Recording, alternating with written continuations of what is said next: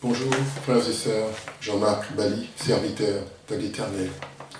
Voilà, je viens devant vous pour une nouvelle vidéo. On va parler des œuvres du diable, ou précisément détruire les œuvres du diable. Voilà. Alors, en ces temps de la fin, les activités diaboliques battent leur plein. Et beaucoup de choses se font pour que l'Antéchrist puisse arriver. Vous voyez, en fait, il y a une échéance eschatologique qui est là. Si on peut dire échéance eschatologique, c'est le retour de Christ. Les forces du mal le savent qu'effectivement, il est question de les mettre dehors et de cesser leur règne. Parce qu'il est écrit que le prince de ce monde, parce que Satan le prince de ce monde, n'est-ce pas, et qu'il va être jeté dehors. Alors voilà, donc dans ce contexte-là, bien sûr, le prince de ce monde refuse d'être jeté dehors et se bat, se défend, s'organise, fait tout un tas de choses avec des gens, et tout particulièrement des esprits impurs, pour empêcher, n'est-ce pas, que le Christ ne revienne et combat les chrétiens, combat les enfants de Dieu, les disciples authentiques.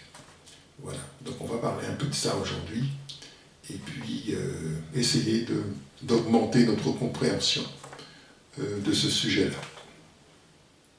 Je vais d'abord prier. Seigneur, je te bénis. Seigneur, je te rends grâce. Seigneur, je te remercie.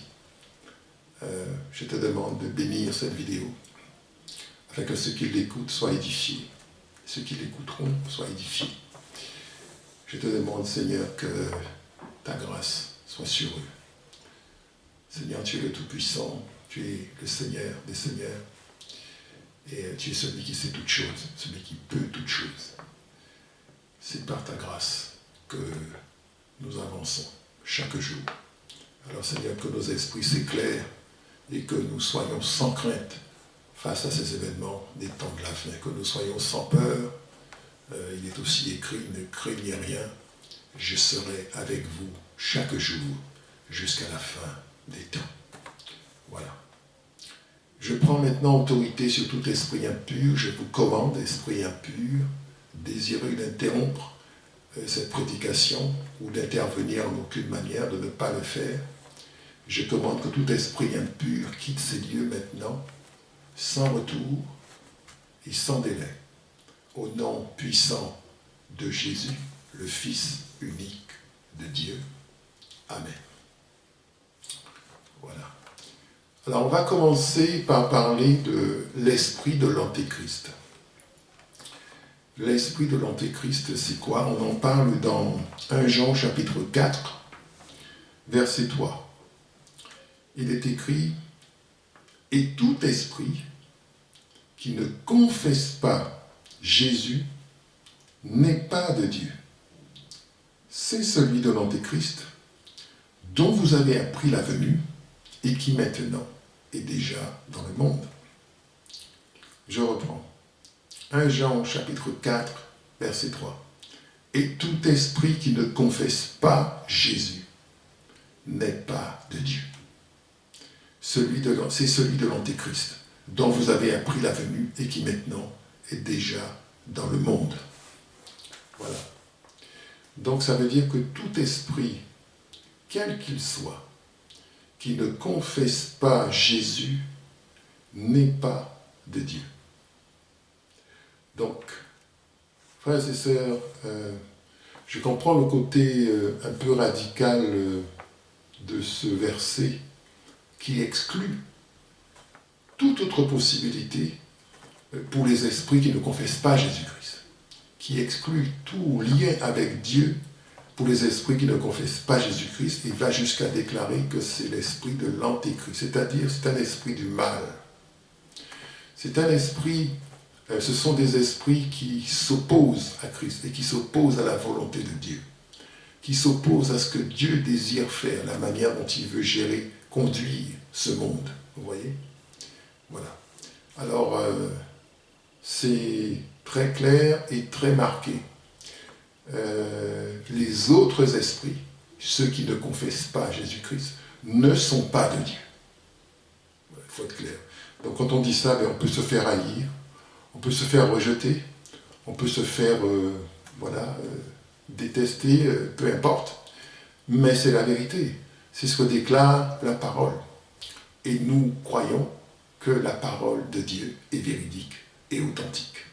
Donc dès lors qu'on se base sur la parole de Dieu, véridique et authentique, on est obligé de l'écouter et de croire à ce qu'il y a d'écrit dedans. Ou on est de la parole et effectivement on essaye de coller de plus en plus avec elle de façon à être dans la volonté de Dieu, ou on n'est pas de la parole et là on commence à relativiser. On peut partir dans tout un tas de choses, relier des choses qui sont sans lien et partir dans des directions qui ne sont pas celles de Dieu. D'accord? Alors l'esprit de l'Antéchrist est déjà dans le monde. Ça veut dire que ces esprits sont déjà à l'œuvre. D'accord? Sont déjà à l'œuvre dans certains hommes, sont déjà à l'œuvre dans certaines organisations, sont déjà à l'œuvre dans certains pays, des nations. L'esprit de l'Antéchrist est déjà à l'œuvre. Vous voyez, au moment où je dis ça, on est pratiquement du temps où Jésus était sur la terre. Ça fait déjà 2000 ans. Cet esprit de l'Antéchrist agit déjà depuis très très longtemps et se prépare, n'est-ce pas, au retour de Christ. Alors, il y a aussi des églises où cet esprit de l'Antéchrist agit, parce que comme son nom l'indique, Antéchrist, cela signifie que c'est des esprits qui agissent, comment dirais-je, majoritairement là où le Christ est proclamé. C'est pour ça qu'ils vont avoir pour cible, les églises authentiques de Christ vont avoir pour cible les disciples et les enfants de Dieu. Ce n'est pas des esprits qui agissent comme ça contre d'autres esprits qui ne sont pas de Christ. Vous voyez bien, ça se sépare en deux parties. Ceux qui sont de Christ, l'Esprit Saint, les enfants de Dieu, et tous les esprits qui ne confessent pas Jésus-Christ. Vous voyez? Donc c'est des esprits qui agissent spécifiquement là où les enfants de Dieu sont. Vous voyez? Et c'est un esprit donc qui s'attaque à l'Église, qui s'attaque, n'est-ce pas, aux enfants de Dieu. Dans certaines églises où Jésus-Christ n'est pas la tête, c'est-à-dire des églises qui sont noyautées, des églises qui sont, comment dirais-je, où la direction n'est pas, la tête n'est pas Jésus-Christ, où la direction n'est pas soumise à la volonté de Christ, on est dans des églises un peu type illusion, où des gens sont dans les églises, prient, chantent Alléluia, etc., chantent, lisent la parole. Mais une église dont Jésus-Christ n'est pas la tête, n'est pas l'église de Jésus-Christ. Vous voyez? Une église dont Jésus-Christ n'est pas la tête, et ce n'est pas Jésus-Christ qui décide. C'est-à-dire que les anciens de l'église, quand ils ont une décision à prendre, ils ne consultent pas Jésus-Christ. Ils ne prient pas, ils ne jeûnent pas, ils ne cherchent pas à connaître la volonté de Dieu. Ils font les choses d'après eux-mêmes. Ce n'est pas l'église de Jésus-Christ. L'église de Jésus-Christ, c'est une église où la direction de l'église, je parle des êtres humains, pasteurs, anciens, etc., ont à cœur et le souci de conduire les choses, de dire les choses qui leur sont révélées, de conduire les choses d'après ce que l'Esprit de Dieu leur dit. Vous voyez? Voilà. Et les esprits d'Antéchrist agissent contre ça. Et on se retrouve avec des églises qui ne sont pas de Jésus. Ouais. Alors, il y a aussi d'autres cas où, que dire des autres religions? Des religions où il n'y a pas de Christ. C'est vrai que certains peuvent répondre et dire intolérance. C'est intolérant. Il faut accepter la culture de tout le monde. Il faut accepter la tradition de tout le monde. Il faut accepter... Ouais, c'est deux esprits différents. L'esprit de l'Antéchrist, c'est un esprit qui va chercher à rassembler toutes les foi possibles et imaginables qui existent et en faire un mélange et quelque chose et appeler ça unité. Mais une unité sans la vérité. l'Esprit de Christ, le Saint-Esprit, va faire le contraire. Et le Saint-Esprit va glorifier Jésus. Et Jésus seul. Vous voyez, voilà. Donc c'est assez radical ce que je dis. Et ça dépend de ce qu'on veut faire, de ce qu'on veut entendre ou pas. Ceux qui veulent entendre la parole de vérité et qui aimeront la vérité viendront vers la vérité. Et ceux qui veulent faire ce qu'ils pensent être juste, eux, feront ce qu'ils pensent être juste, eux. Vous voyez. C'est ça un petit peu le souci. Donc l'esprit de l'Antéchrist est déjà à l'œuvre. Il est à l'œuvre dans les églises, il est à l'œuvre dans des nations, il est à l'œuvre dans tout un tas d'organisations dont le but est d'empêcher le maximum de gens d'adhérer et d'adopter la doctrine pure de Jésus-Christ, qui est la doctrine biblique. Donc les mélanges, les cocktails de foi qu'on veut faire pour que tout le monde se retrouve sans la vérité de Christ, voilà, ça vient de l'Antéchrist. Voilà. Alors, je pense que c'est des choses qu'il faut dire avec authenticité. On ne se fait pas aimer quand on parle comme ça. Quand on dit ce qui est dans la Bible, on ne se fait pas aimer. Mais il faut savoir ce qu'on veut. Je me rappelle du roi Saül, à qui Dieu avait demandé de combattre les Amalécites, les gens d'Amalek, et Dieu lui avait donné des ordres très clairs, en lui disant, tu vas les exterminer, et tu ne prendras rien, tu ne prendras pas de butin, les bétails, tout ça, tu extermines tout, tu ne ramènes rien. Et sous la pression du peuple, Saül a cédé, et a gardé quand même quelques bons taureaux, quelques belles brebis, quelques animaux bien gras, pour lui, pour le peuple, pour les uns et les autres. Et puis, il s'est dit, voilà, on va offrir avec ça un holocauste à l'Éternel, et il sera content. Et vous voyez que ça n'a pas marché, le Seigneur n'a pas du tout apprécié cela. Donc ça veut dire qu'il faut absolument, quand on est serviteur de Dieu, enfant de Dieu, être fidèle à l'Éternel. Et bien sûr, c'est un chemin sur lequel ça coûte. On est impopulaire, on est combattu, mais c'est le chemin de la vie, le chemin resserré, escarpé, dit le Seigneur. À propos de chemin resserré, escarpé, je vais vous rappeler ce que le Christ a dit. Dans Matthieu chapitre 7, verset 13, il a dit « Entrez par la porte étroite, car large est la porte, spacieux est le chemin qui mène à la perdition. Et il y en a beaucoup qui entrent par là, mais étroite est la porte, resserrée est le chemin qui mène à la vie, et il y en a peu qui le trouvent. » Déjà, vous voyez déjà le score, ça veut dire qu'il y aura peu qui vont trouver le chemin de la vie. Alors, si vous sentez que vous êtes appelé par le Christ, que vous êtes aimé par le Christ, que vous êtes conduit par le Christ, et que des situations se présentent où on vous challenge, on vous demande de lâcher cela, il faudra dire non et rester fidèle à Jésus-Christ. Parce que le chemin large et spacieux, c'est le chemin de la perdition, c'est le chemin de la facilité. Il y en a beaucoup qui vont le prendre. Et le chemin de la vie, c'est le chemin resserré, escarpé. Un chemin plus difficile, un chemin où on subit les persécutions du monde, un chemin où on n'est pas aimé par le monde, mais un chemin de vie et où le Seigneur, n'est-ce pas, se montre présent et prévaut, parce que notre Seigneur, ne l'oublions pas, a vaincu le monde. Voilà. Alors, je vais avancer sur un autre point, qui est la définition ou la comment dirais-je, la personne de l'Antéchrist, qui est cette personne de l'Antéchrist dont on parle, on en entend parler.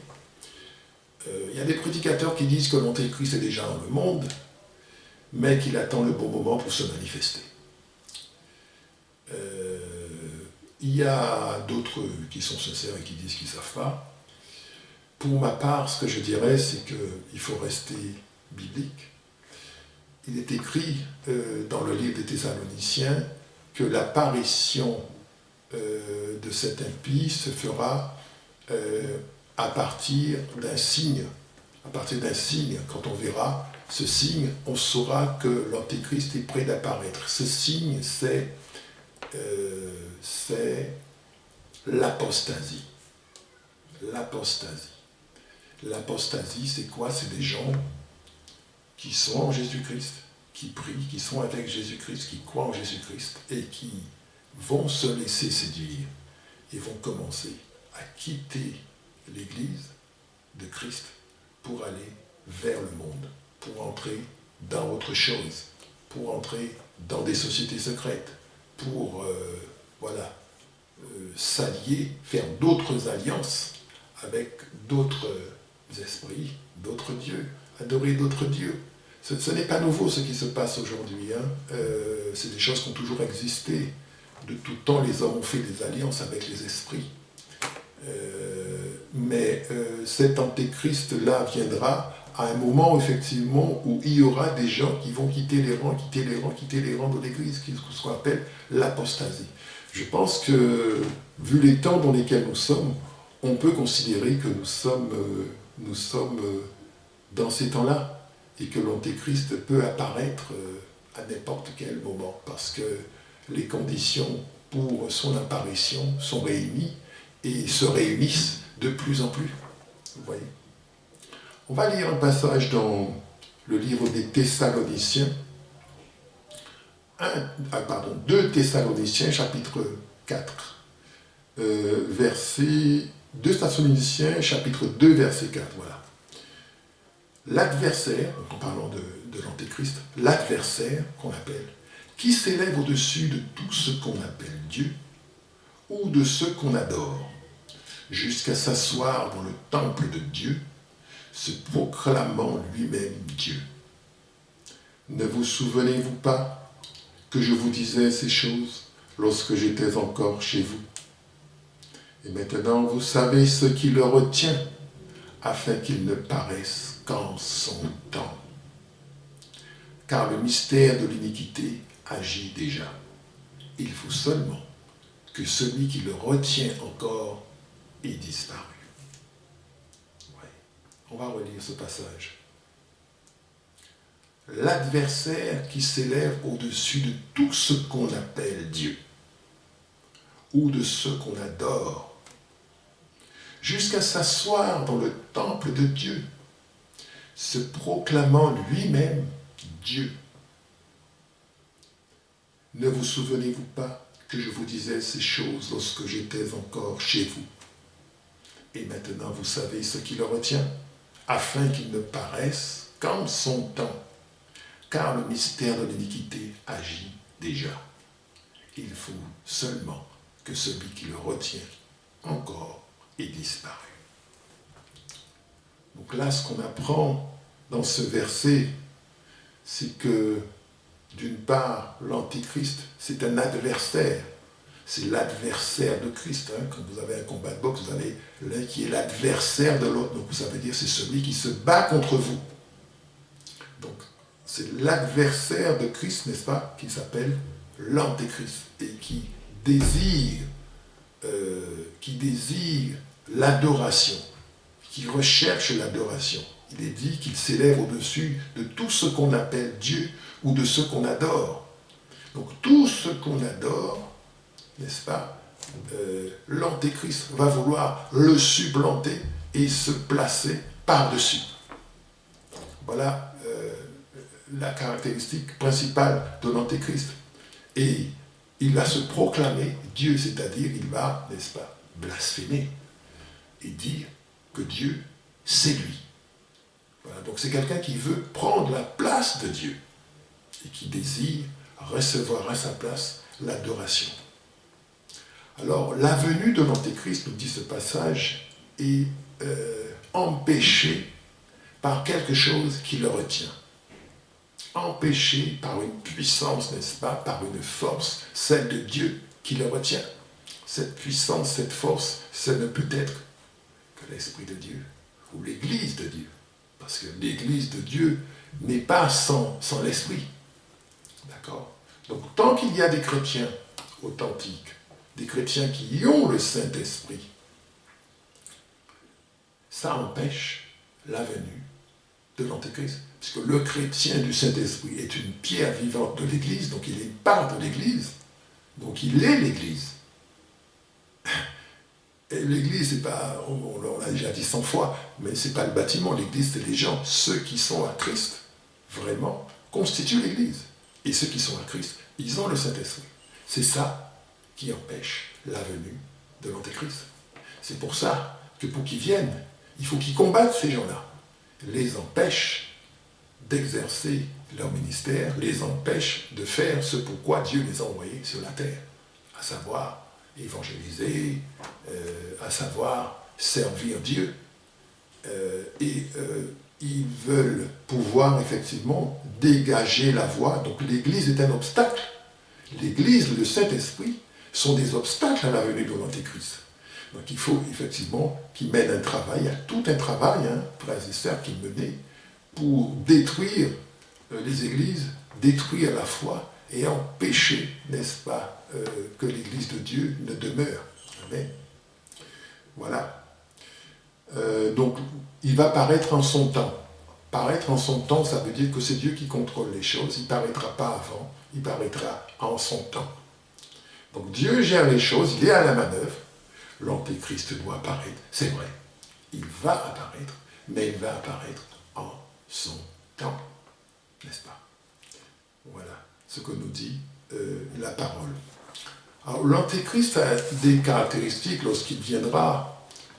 C'est quelqu'un qui va, pour asseoir sa puissance, recevoir, donc ça on le lit dans le livre de l'Apocalypse, je n'évoque pas les versets ici maintenant, mais il va recevoir, il se fait appeler déjà la bête, n'est-ce pas? Je me souviens de M. Macron qui a dit « la bête arrive », façon de dire « tremblez petit chrétien », vous voyez. Voilà. Et effectivement, donc c'est une bête dans le sens que c'est quelqu'un qui va recevoir une puissance satanique, une puissance démoniaque, pour qu'il puisse faire tout ce qu'il a à faire, c'est-à-dire occuper la place de Dieu sur la terre. Et il va séduire beaucoup de gens vont être séduits. Il va les séduire par des prodiges mensongers, fruits de l'occultisme. Et donc, beaucoup d'habitants de la terre vont chercher à le suivre et vont obéir. C'est la parole de Jésus qui doit s'accomplir, qui dit qu'il y a beaucoup qui s'engagent dans le chemin de perdition. Donc ceux qui vont résister à ça et qui ne vont pas vouloir marcher avec l'Antéchrist seront peu par rapport aux autres, seront peu. Vous voyez? Donc, si vous comprenez, encore une fois, je le redis, que le Seigneur vous a choisi, sachez que vous aurez à lutter pour votre foi. Et que c'est quelque chose qui va demander de la fidélité, de la persévérance et de la force d'âme, et puis surtout d'être capable de rester accroché à Jésus-Christ au milieu des persécutions qui vous seront imposées. Voilà. Alors, ce qui nous conduit tout droit vers ce qu'on appelle le combat spirituel. Voilà, le combat spirituel, je l'ai déjà dit lors de précédentes vidéos, le combat spirituel est nécessaire. Je pense que ceux qui disent que le combat spirituel n'est pas nécessaire propagent des paroles qui ne sont pas authentiques, des paroles qui ne sont pas vraies. Le combat spirituel est absolument nécessaire. Et ce combat spirituel va nous être imposé de toute façon. on n'a pas besoin d'attaquer les forces du mal pour qu'eux s'invitent et vous attaquent. Parce que c'est leur nature. Ils sont comme ça. Le mal n'est pas satisfait tant qu'il n'a pas détruit le bien. Vous voyez. Alors, ce combat spirituel sera là, se fera, et ce combat spirituel aura pour effet de demander qu'on soit aguerri. Les disciples de Christ, les disciples de Christ authentiques, il faudra qu'ils soient aguerris, il faudra que ce soit des gens qui soient retirés du monde, qui prient, qui jeûnent, et qui mènent le combat sur le plan spirituel. D'accord ? On va lire un passage que j'aime bien, qui est très connu, qui est Éphésiens chapitre 6, verset 12. La version d'Alfred Cohen, j'espère que je prononce bien son nom, qui décrit en fait l'organisation satanique contre laquelle nous avons à lutter. Il est écrit, Éphésiens chapitre 6, verset 12, « Ce n'est pas seulement de notre combat à nous qu'il s'agit. Nous n'avons pas à lutter contre notre nature terrestre, uniquement contre notre nature terrestre, ni contre de simples ennemis mortels, mais contre des puissances occultes, contre une organisation spirituelle satanique, contre les dictateurs invisibles qui dans les ténèbres veulent contrôler et régir notre monde, contre la légion des esprits démoniaques dans les sphères surnaturelles, véritables agents du quartier général du mal. » Je vais relire ce passage. Éphésiens chapitre 6, verset 12. « Ce n'est pas seulement de notre combat à nous qu'il s'agit. Nous n'avons pas à lutter uniquement contre notre nature terrestre, ni contre de simples ennemis mortels, mais contre des puissances occultes, contre une organisation spirituelle satanique, contre les dictateurs invisibles qui, dans les ténèbres, veulent contrôler et régir notre monde, contre la légion des esprits démoniaques, dans les sphères surnaturelles, véritables agents du quartier général du mal. » Voilà. J'ai acheté la version Parole vivante d'Alfred Koell uniquement à cause de ce passage que je trouve extrêmement fidèle à la réalité. Alors, le diable est organisé et c'est un malfaisant. Et tous ceux qui travaillent avec lui sont des malfaisants. C'est une activité de malfaisance spirituelle. Le combat contre les forces du mal est un combat spirituel. Satan est un esprit, n'est-ce pas? C'est un ange déchu. Il est dit dans le livre des Hébreux que les anges sont des esprits. Donc Satan, c'est un esprit. Et cet esprit combat l'Église de Dieu, combat les disciples, n'est-ce pas? Alors, dans ce combat, nous devrons nous aguerrir, comme je l'ai dit, et nous devrons chercher à être efficaces dans le combat. Savoir utiliser les armes spirituelles que Dieu nous a données. Et puis surtout, entendre de Dieu, marcher avec le Saint-Esprit, vous voyez? Donc ça veut dire en fait, le disciple de Dieu, le disciple de Christ, soyons précis, le Fils unique de Dieu, doit progresser spirituellement. C'est-à-dire qu'il commence à un niveau, mais il ne faut pas qu'il soit satisfait de son niveau spirituel, en se disant, je vais à l'église, c'est déjà bien. En se disant, je prie, c'est déjà bien. En se disant que ce qu'il fait, ce qu'il pratique, c'est déjà bien. Il faut comprendre qu'il faut être efficace dans ce combat. Il faut être efficace dans ce combat.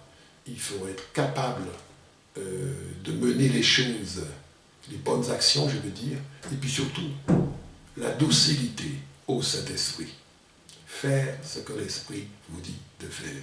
S'il vous dit d'aller à droite, vous allez à droite. S'il vous dit de ne pas y aller, vous ne pas y aller. Et ça, c'est quelque chose de très, très important.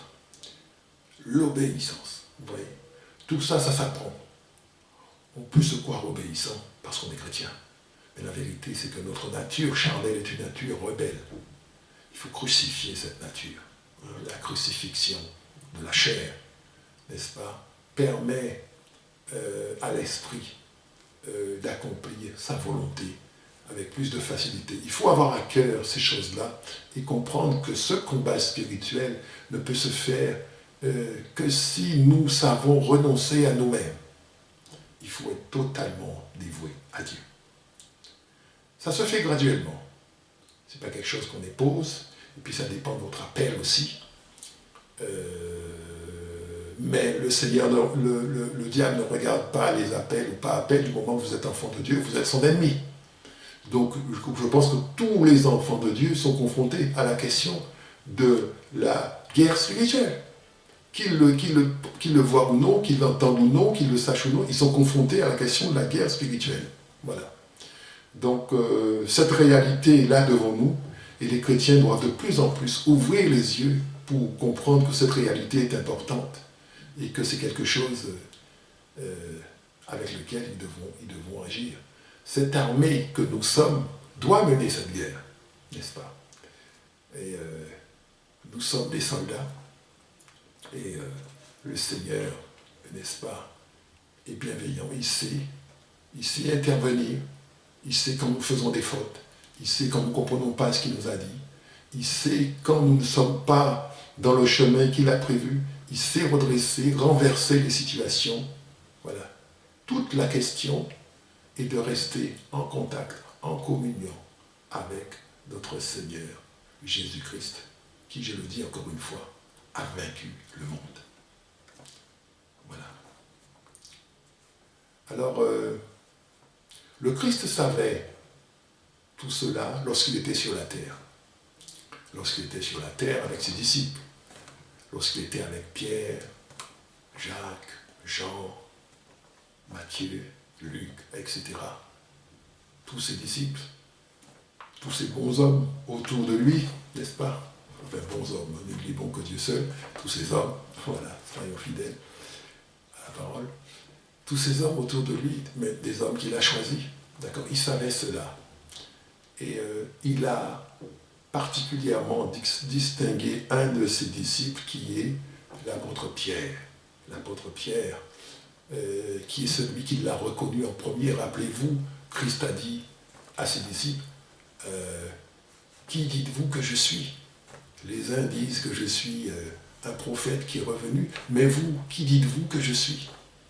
Et personne n'a pris la parole pour répondre à Jésus. Le seul qui a osé risquer une parole, et qui était juste, c'est Pierre, qui a dit, tu es le Christ, le Fils du Dieu vivant. Et Jésus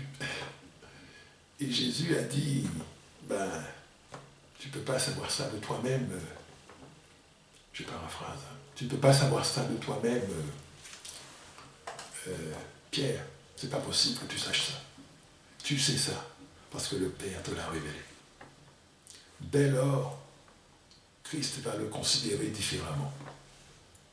Différemment, particulièrement, je dirais.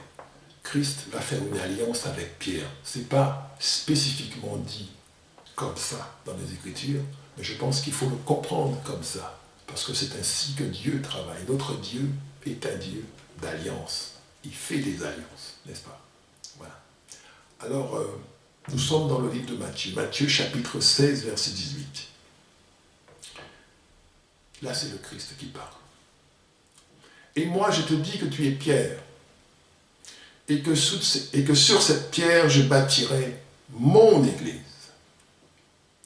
et que les portes du séjour des morts ne prévaudront point contre elle. Je te donnerai les clés du royaume des cieux.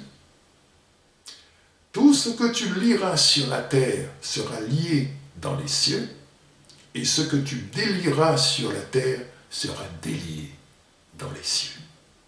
Alléluia. Je vais relire ce passage. Matthieu chapitre 16, verset 18. Et moi, je te dis que tu es Pierre, et que sur cette pierre, je bâtirai mon église. Et que les portes du séjour des morts ne prévaudront point contre elle. Je te donnerai les clés du royaume des cieux. Et ce que tu liras sur la terre sera lié dans les cieux. Ce que tu délieras sur la terre sera délié dans les cieux. Amen. Là, dans ce passage, c'est une alliance en fait que Jésus fait avec Pierre et avec Pierre seul.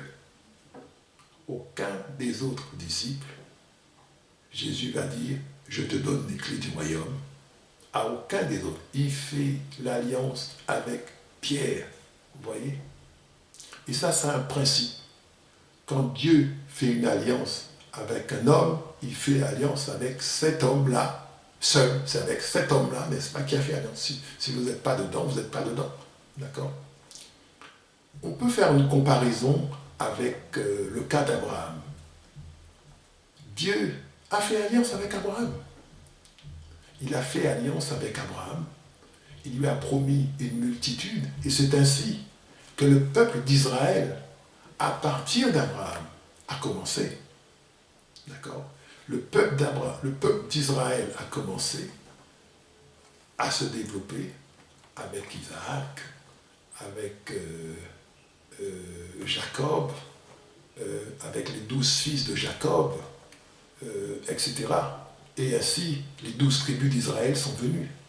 Mais ce peuple d'Israël repose sur la base d'une alliance entre Dieu et Abraham.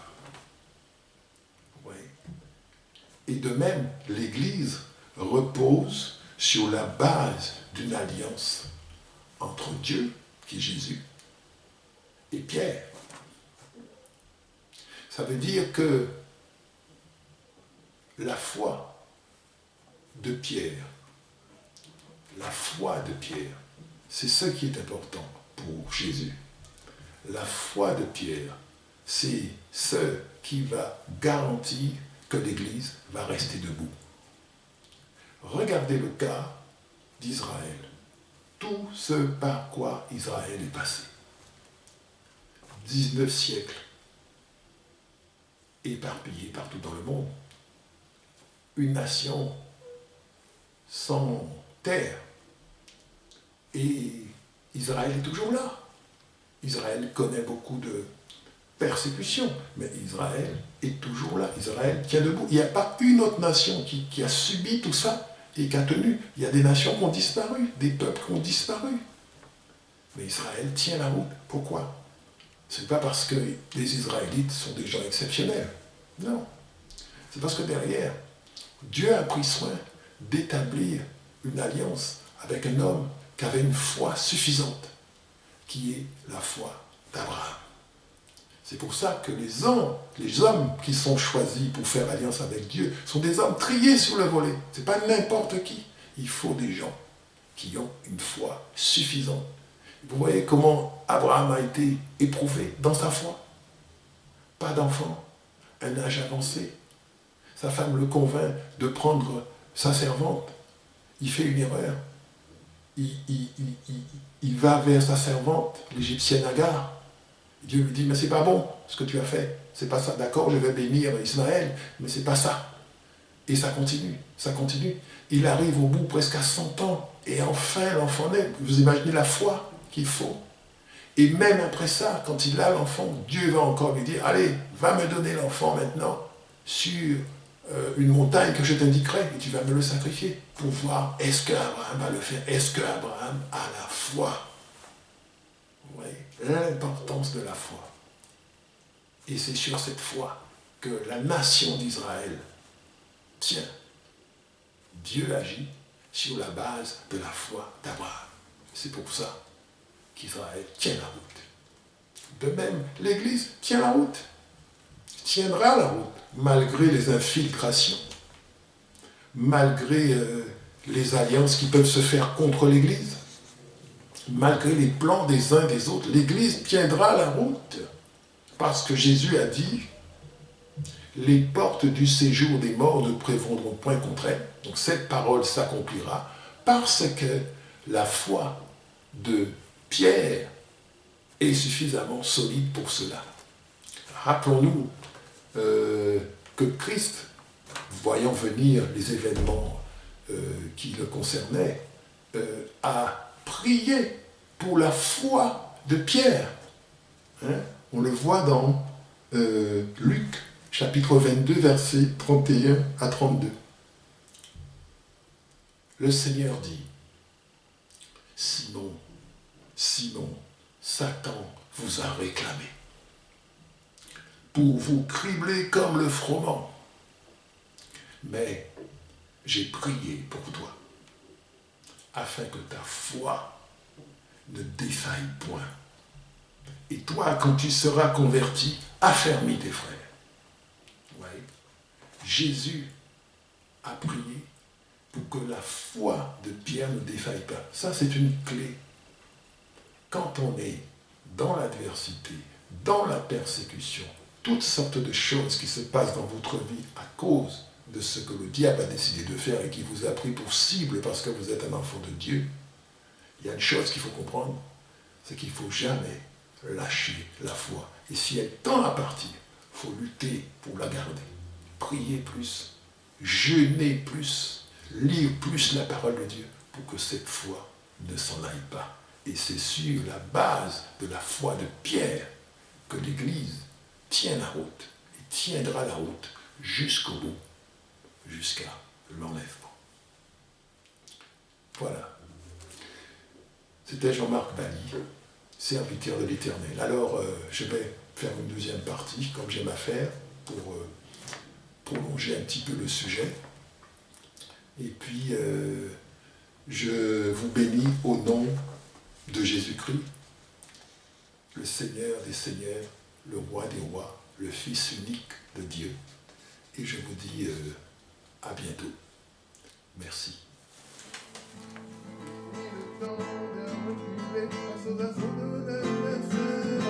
Le temps de fuir et de trembler, de faire marche arrière.